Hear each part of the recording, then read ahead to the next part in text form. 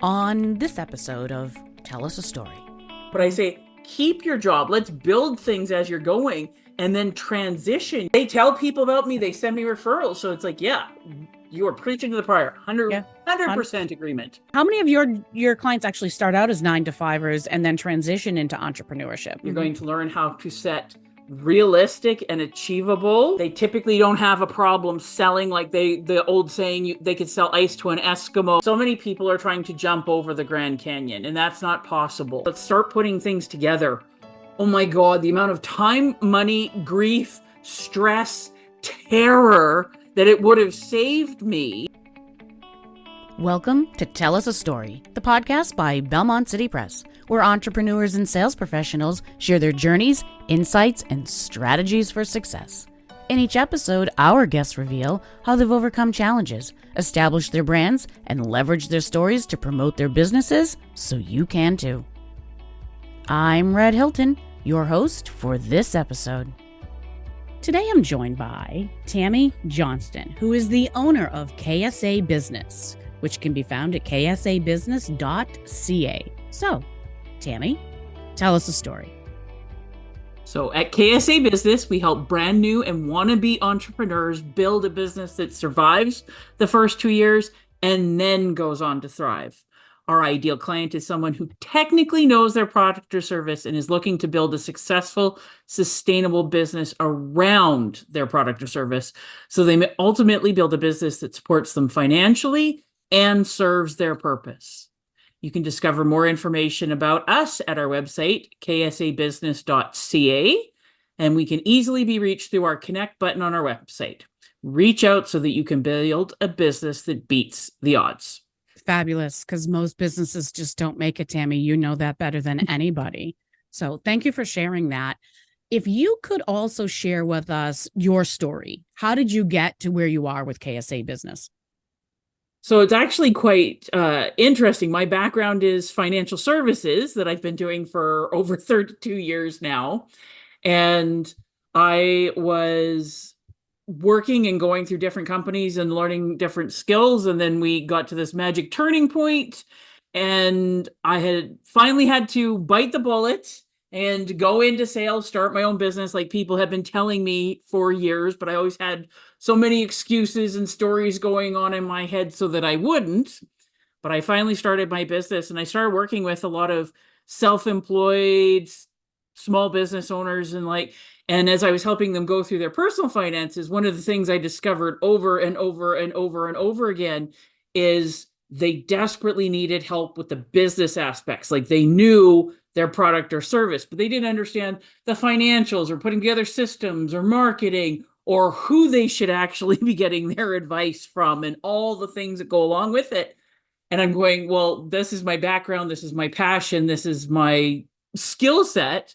And I have a greedy, motivated self-interest to see them succeed in business because, well, broke people can't afford investments or insurance, which is the stuff that made me money. So I started helping them with their business. And as they were getting results and really liking, they started telling their colleagues and other business owners and stuff. And it very quickly, I had to start moving it from strictly one-on-one to teaching groups because I just didn't have the time, and it worked so much better. So I started doing my small business classes in that. And then in 2019, I actually split my business into two. So I still have my original business where I do the personal financial planning, but basically that's just looking after my clients. I'm not really looking to grow it. And then I have KSA Business, where I focus on teaching the new and wannabe entrepreneurs how to actually do it so that they can survive and then thrive. That's fabulous and so needed.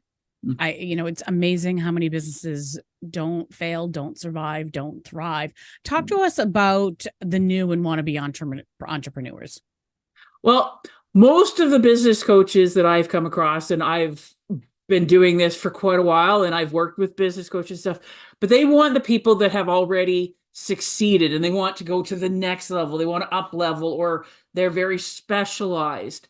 And very few people either know how to properly help the new ones, or they just don't feel strong enough doing it. And those are the ones that need the help. Like the failure rate within the first 2 years is close to 90%.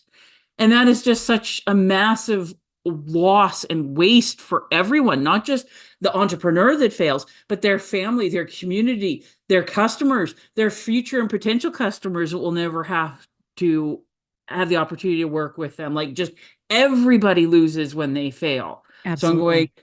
if I can teach them the basics, and one of the reasons why I focus on the new ones is I'm going, when I started my business, it wasn't planned. It was something that I was kind of avoiding. And then in a magic moment, I pulled the trigger. And I go, if I could go back and talk to me 1 year beforehand, say, okay, you're finally going to do this. Let's start putting things together.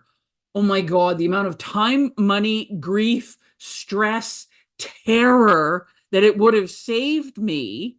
And I'm going, that's where they need the help. And that's where I love working. And that's my mission. Like my mission is to build better entrepreneurs, to build a better world.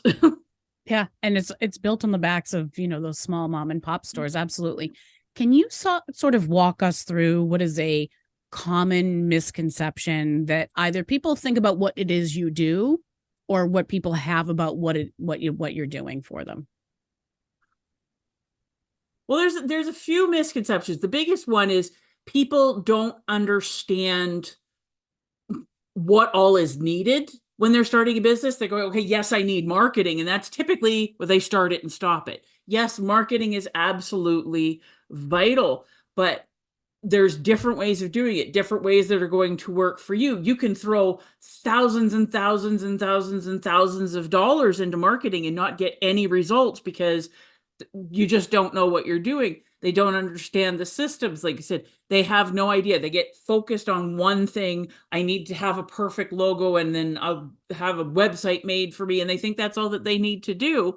And then they wonder why it's not working. Mm, yeah, absolutely.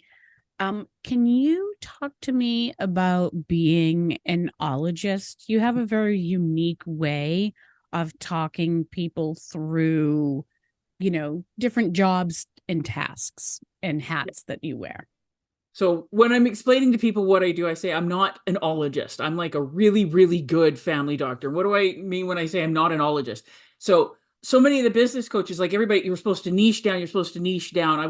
I am a Facebook messaging coach, or I'm a storytelling coach, or I'll teach like very, very specific, which are wonderful. But that's like, okay, if I'm not feeling well, I could go to the gynecologist and then I go to a cardiologist and then I could go to the oncologist and never have it figured out because I'm going too special. Where if I just go on to my family doctor and going, okay, let's figure this stuff out. Let's get the basics and going, everybody needs a good family doctor. And then if you do need an ologist, trust me, we can find them. But if you just start chasing ologists, you're not going to get your problems fixed and you're just going to be wasting a lot of money. Not because there's anything wrong with the coach that you went to or their program, but if it wasn't the right thing for you at the right time, it's not good.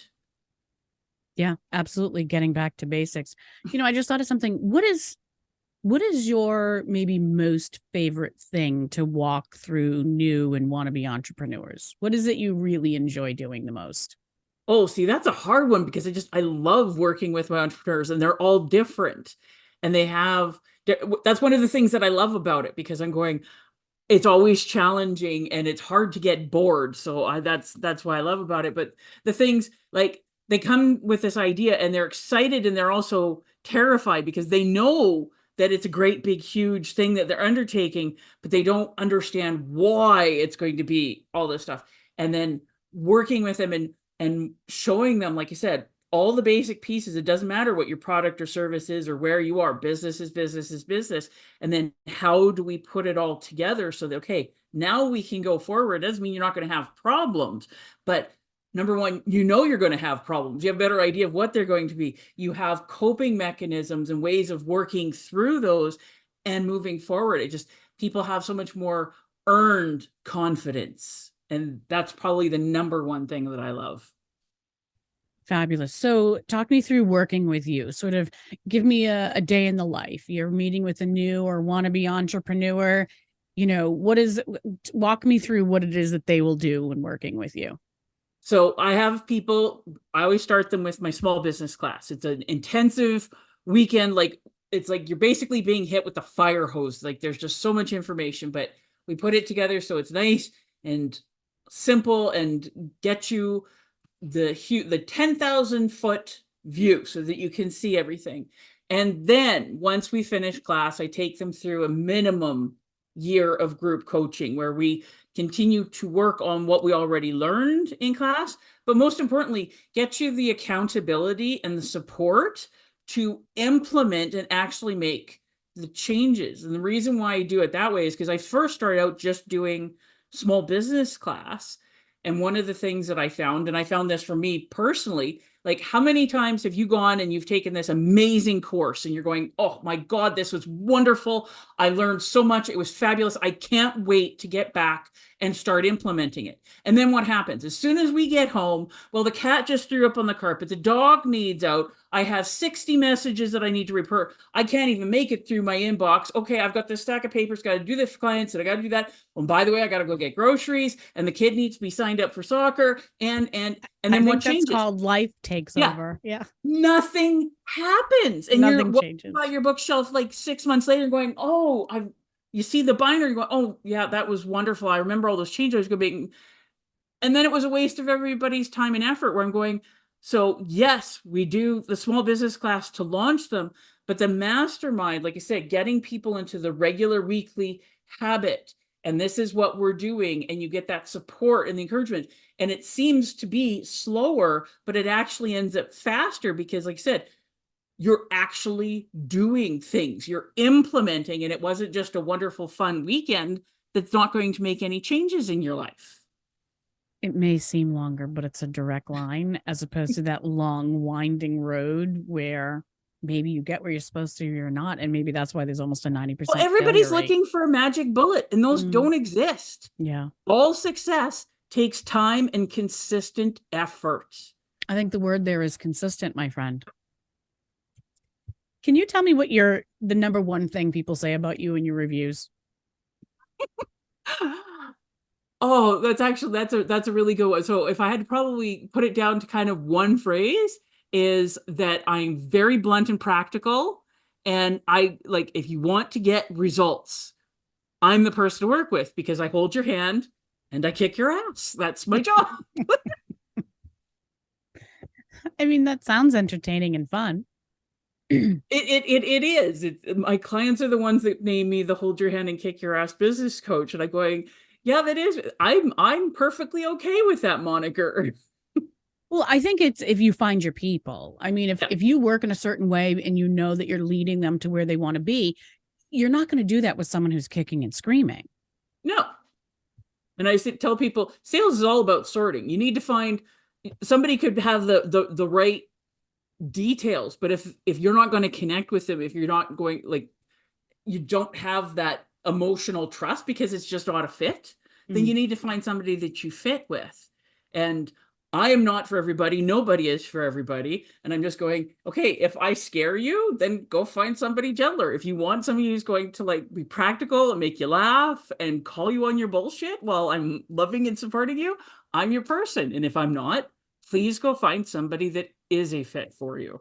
Find less if that's what they want. Absolutely. Find less.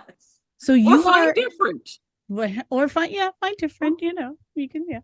So it's KSAbusiness.ca. So that means that you are in Canada. Is that correct, yes, my friend? I am a pasty white Canadian chick. Fabulous. I mean, I'm not too far off from there. But do you serve clients anywhere? Yes, actually, I have served clients in Europe, in Australia, Canada, the States, and all sorts of different places. Because I do my classes live and I am like California time, most of my clients, because it is easier, are on the West Coast of North America. But I have had clients in Australia that deal with the time change. Funny. So talk to me about KSAbusiness.ca. What are people going to find at your website? What's the information that you have there for them? So you're going to find how I work. and get an idea of my personality. You're going to see like my podcast appearances. I'm very, very active on podcasts. So I post those up when those get shared with me, and you get to see my offerings. So how do I do things? So small business class, mastermind, my retreats, all of that will be found under offerings there. Mm-hmm. And you have a class that's coming up as of Yes. when, and what are people going to learn? Walk us through that. So my next small business class is September 13th, 14th, and 15th, 2024. And it's Friday night, Saturday, and Sunday. So if people have the regular 9 to 5 job, it's not going to interfere with that. And what they're going to learn in small business class. So we start off with the mindset, because changing thinking from being an employee to being an entrepreneur, that is the very first thing. You're going to learn about your mission, vision, and values. You're going to learn how to set realistic and achievable goals. We're going to teach you all the basics of marketing. We're going to go over advisory team. Who do you need to have on your team, and how do you use them, and why? Because most people get their business advice from their broke-ass friends and family who have never even set foot in the arena. Correct. Wondering why they're getting bad advice. Correct. Yes. We go over the basics of business financials. We go over systems, because if you do not have systems in your business, you have a job that owns you. And we go over like cash flow, profit, and the difference, and how it all tied, like the complete overview of a business. Fabulous. What's your number one marketing tip you find you get giving to people, or that you could give to our listeners? Number one marketing tip? Yeah. Don't try to do everything. Pick a couple of areas. I'd say typically 3 at most, 3 marketing streams, and do them consistently, because it takes time. I always tell my clients, drip until they get wet, or tell you to buzz off. Because I have had clients, my personal record from having somebody meet me at an event I was speaking / teaching at to becoming a client was 14 years. And I've had everything in between. So it's like, you never know. Play the long game. Show up consistently in a few places so people get to know you, get to build up that trust. So many people are going like it's a shotgun and it's spray and pray, and I'll hit it once, and if I don't get 100 new leads out of it, well, then it didn't work. No, most people didn't even see you because you were a flash in the pan. Well, I always call that sort of that one-to-one mentality. They only want to connect with people they're going to, get business from. And I always say that everyone you meet should be either a client or a megaphone for your business. And just because they're not a client or don't need you now doesn't mean down the line they won't. Yeah. So that's where it that doesn't mean that who do they know? Because I've gotten amazing referrals on both sides from people that aren't my clients. Client or a megaphone. Yeah, it's not, but they tell people about me, they send me referrals. So it's like, yeah, you are preaching to the choir. 100% agreement. 100%. So you mentioned 9-to-5ers. How many of your clients start out? Like, let's talk to some people who may say, hey, I have a real job, but I'd like to. How many of your clients actually start out as 9-to-5ers and then transition into entrepreneurship? Probably about 50%. And like I said, because those are the ones that I want to get. And I've had people that, and a lot of the time they're wanting to switch because they have a passion, but also because they hate where they are for whatever reason. Sometimes it's politics, or got a new boss, or they've just whatever it is. And I'm going, I don't want you quitting that job. I would, because as soon as, like you said, you jump into the deep end, it can be terrifying. And we all have financial commitments, and having that extra financial stress is not good for you on any level, because clients and customers, number one, can smell desperation, and they're going to avoid you like the plague.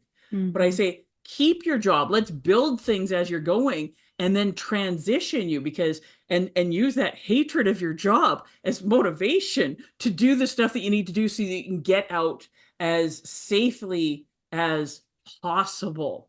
And so that you can be as successful as possible. Well, yes, absolutely. Like, I'm going, if one of the many reasons I focus on the newbies and the wannabes are going, if I could go back and talk to me 1 year and go, okay, this is what you're going to do. Like you said, it would have saved me so much stress and grief. And the thing is, I went into my business in a much better position in terms of knowledge and experience and all this than the vast majority of people. Sure. But it was stressful. Mm-hmm. It was very stressful. And I'm going, it was like anybody who has a dream, or like I said, they're getting the sniff of the pink slip and they're praying that they're going to, hey, let's get you transitioned properly. Yeah. I would suspect that you sort of had your ducks in a row transitioning from a 9 to 5 to entrepreneurship. And you even acknowledged that it was. I would have definitely had my ducks in a lot more, and I would have duct taped their feet down to the ground. Because if you notice, ducks, if they line up, it only lasts for about like a microsecond, and then they scatter like squirrels at a rave. I haven't been to a lot of raves, but I've been to even fewer raves with squirrels, Yeah. to be honest with you. What do you think the number one failure point is for entrepreneurs that you see? Maybe not your clients per se, but what you're trying to protect them from. See, that's a hard one to say one thing, because I've seen that there's a few things that are definitely stronger with certain. So for example, I say, give me a few then.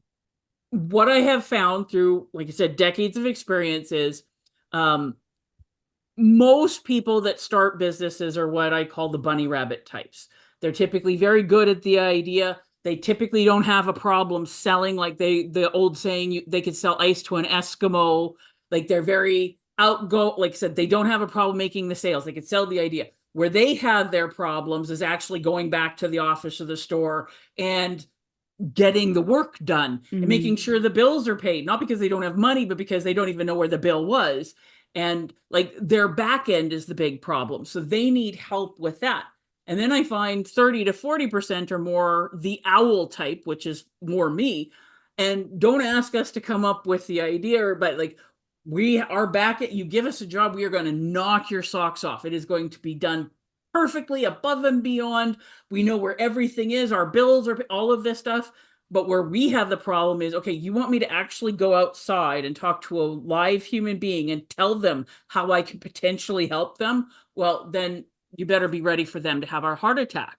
So where they need more of the help is the marketing and different things. So those would be the two things that I'd find. So my back end people need help getting out of their comfort zone and going out and talking to people and stuff.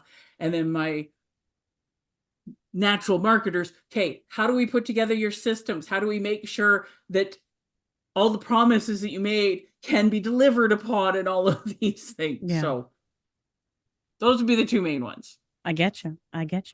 Tammy, what is your Monty? As you know, Monty is our mascot here at Belmont City Press, and he's our little owl. You mentioned owl. I was like, hey, girl.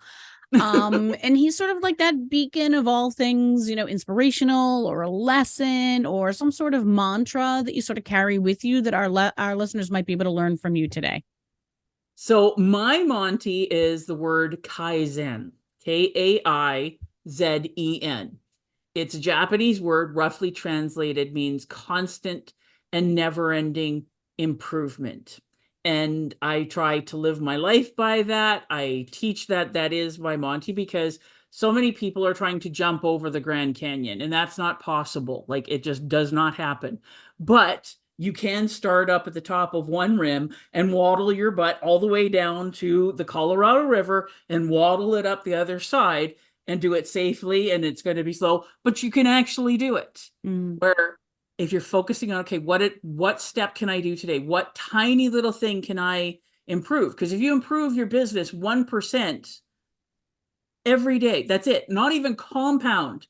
It will have done 100% improvement in less than a year. Yeah. Where if you try, okay, how can I do 100% improvement? And I'm just going, okay, I want it by the end of the year, but you're not focusing on what are the actions that I'm doing day in and day out. Nothing's going to change. Do you think that's sort of a result of social media culture?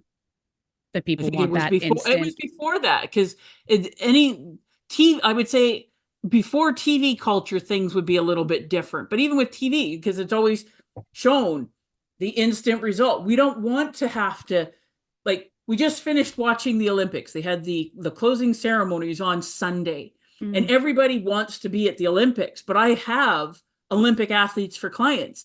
They started training when they were 3 years old, and they are putting in hours and hours and hours every day. Like, you got the high school students, and they're going to the gym and they're training for hours before they go to school. And then they go to school and they're training for hours afterwards. And they're not going out and doing, because they are making those sacrifices for years and years and years. That's what But people don't TV see. shows and Yeah. social media, it's like magic pill, magic pill. And then they're wondering, well, I took the magic pill and I didn't get the results because the magic pill is bullshit. Yeah, I would say that. All right. Are you ready for our rapid fire session? I'm going to ask Yes. you to choose between two and we'll see how this goes. Sometimes there's only one right answer, though, Tammy. I'm just letting you know. All right. You ready? French fries or onion rings? Both. Well, yeah, that is the right answer, I suppose. But if you had to choose, where do you lean? The people want to know. French fries, because onion rings, it depends. They can be really good, and I've had some its, but French fries are usually more consistent. Consistency. So. I get that. All right, I understand that. Would you rather go on a road trip or a cruise? Road trip, because I'm a control freak. Okay. Well, I mean, I'm not saying that's a bad thing. I'm just saying. Hat or sunglasses? Sunglasses. I hate hats. Oh, really? I love hats. I would. You're lucky I don't have one on now. I know people that love hats. I know people that look really good in hats. I'm not one of them. I think everyone can. You just got to find the right hat, Tammy. Okay. Well, I'm not willing to put that effort in. Oh, well, then that's fine. Yeah. Okay. Let's see. Do you like hot coffee or iced coffee? I don't like coffee at all. Okay, I don't drink coffee either, so that's good to know. Let's see. Do you prefer puzzles or crosswords? Like a puzzle, like the little pieces, 1,000 pieces, or would you rather? If I had to pick, I'd probably go with the puzzles. Really, like 100 pieces or 1,000, or I don't even know what they do. Typically, I'll go for the 500. I don't have the patience or the time for 1,000. I can't do any of them. Do you remember the 3D puzzles? Like you would make like, the Kremlin or like, the Statue of Liberty or something. I gave one to my mom for Christmas every year because it's been a running joke. My mom gets a puzzle for me for Christmas every year. So she's gotten like almost 50 of them. And I got her a 3D one. She cursed me out for the longest. I was given strict instructions to never do that again. There were clear instructions the next Christmas. I understand. All right. I was going to say, did she do it? But now we all have our answer, the burning question. All right. Our guest to guest question. As you know, the guest on the show before you left behind a question for you to answer on your show. Are you ready for your guest to guest question? I am ready. All right. Did you do a pivot in your career? And what was the breaking point that led you to that decision? And how has the outcome been for you? So the pivot in my career was actually getting fired from a job I absolutely hated. And in that moment, deciding to start my business. And what brought me to that was I'd had people telling me for years that I needed to start my own business, that I needed to go into sales and I'd be really, really good at it and that. But I had the Itty Bitty Shitty Committee in my head going, you're too young, you're female, you got this and all that. Like, and you need to stay in the nice, safe, secure job. And I was already actually interviewing for other jobs. So if it had been another week later, I would have been on to another job with better title, better pay, and all of that. But in the moment of being fired, I finally decided, you know what? I never have to work for another creepy, incompetent old man again. And decided to go into sales. And like you said, the first 2 years were very challenging because I also added the fun bit of shortly after I started my business, I got pregnant and had to build a baby and a business together. And my hat's off to any woman who repeats the pregnancy process. I don't understand it. There's so many reasons why I have one child. One and done. It's not a bad policy. And then kept going. Like I would take my daughter to appointments with me and all this stuff. And it's worked out really well. So I've been running my business for close to 23 years. It has given me the control over my time and what I am doing. It has led me to meet absolutely amazing people, and I can put my passion and my energy into who I want to work with. and I have the control over how much I want to make and how I want to do it. And it's just, I love it. The only thing I would do differently is talk to me a year before and start lining things up beforehand rather than, okay, great, I started my business. Oh, crap. Now what do I do? Okay, I've got to do this. I would have eased into it for a year before so that when that moment came, I'm ready to launch. I'm ready to go rather than, okay, now I'm starting. Right. Instead of ripping off the Band-Aid, you would just sort of lowered yourself down. Yeah, gotcha. KSAbusiness.ca. Do I want to know what the acronym for KSA is? KSA stands for kick some ass. Yep. That's what I figured. All right. So KSAbusiness.ca. And you have an upcoming course that is mid-September. And tell us again, how often do you have those courses? Because I know it's several times a year. I do them 9 times a year. So I typically do them every month, but I don't teach in the summer because there's no point, and I don't do December. But I typically try to have them once a month because I do all of my stuff live. It's not video recorded and then you can access it anytime, because I found that when you can access it every time, most people will always put it off. Where if it's live, number one, it's a set time on your schedule, so you need to show up. But also, number two, you can ask questions and we can interact, and you get a very different feeling than if you're just doing video. Okay, and we're going to put a link in the show notes to your website, because if someone can't make it for the September, theoretically, you'll have in October, you'll have in November, and then we'll see you again next year in January. In January, yeah. Okay, excellent. All right, so let me ask you this for your parting thoughts for our listeners, Tammy. If I gave you 60 seconds to tell us a story, what would the world learn from you? I would say that almost anybody can start and run a successful business. It's not whether you can, it's whether are you willing to make the changes that you need to make, and are you willing to do the work? That's the big thing. And you can ease into it slowly. Like I said, I love people that are looking to transition, but you need to be committed to do the work and learning how to run a business, not just your product or service, where that's where most people put all their focus and attention. And yes, you do need to be good at that. But if that's the only thing you're focusing on, you're not going to have a business. You're going to have a very expensive hobby that becomes bankrupt. So, amen. And amen. You can't do it on your own. Like, you have to surround yourself with people. Like, you need to be learning about business, like finding a good business coach that's right for you and right for your stage is one of the best things that you can do. But you also need to be making friends with other entrepreneurs and small business owners. Like, one of the biggest changes I had when I started my business is all of my circle, when I started, were all employees. Now my social circle is all entrepreneurs, because when I started my business, I could no longer have conversations with my employee friends. They'd look at me like I was speaking Klingon. So I need to find some other aliens that I could speak Klingon with and not feel weird. Well, we don't want you feeling weird, Tammy. Absolutely not. All right, my friend, I appreciate your time. It's extremely valuable, and I hope I honored that here today. Oh, this was wonderful. I hope your listeners found some value in our chat. Thank you, Tammy. To our listeners, if you have a story to share, visit tellasastorypodcast.com. If you're an aspiring author, a seasoned business owner, or looking to elevate your personal brand, visit belmontcitypress.com for expert advice on writing your own success story. Trust the next chapter, because you are the author. Now, tell us a story.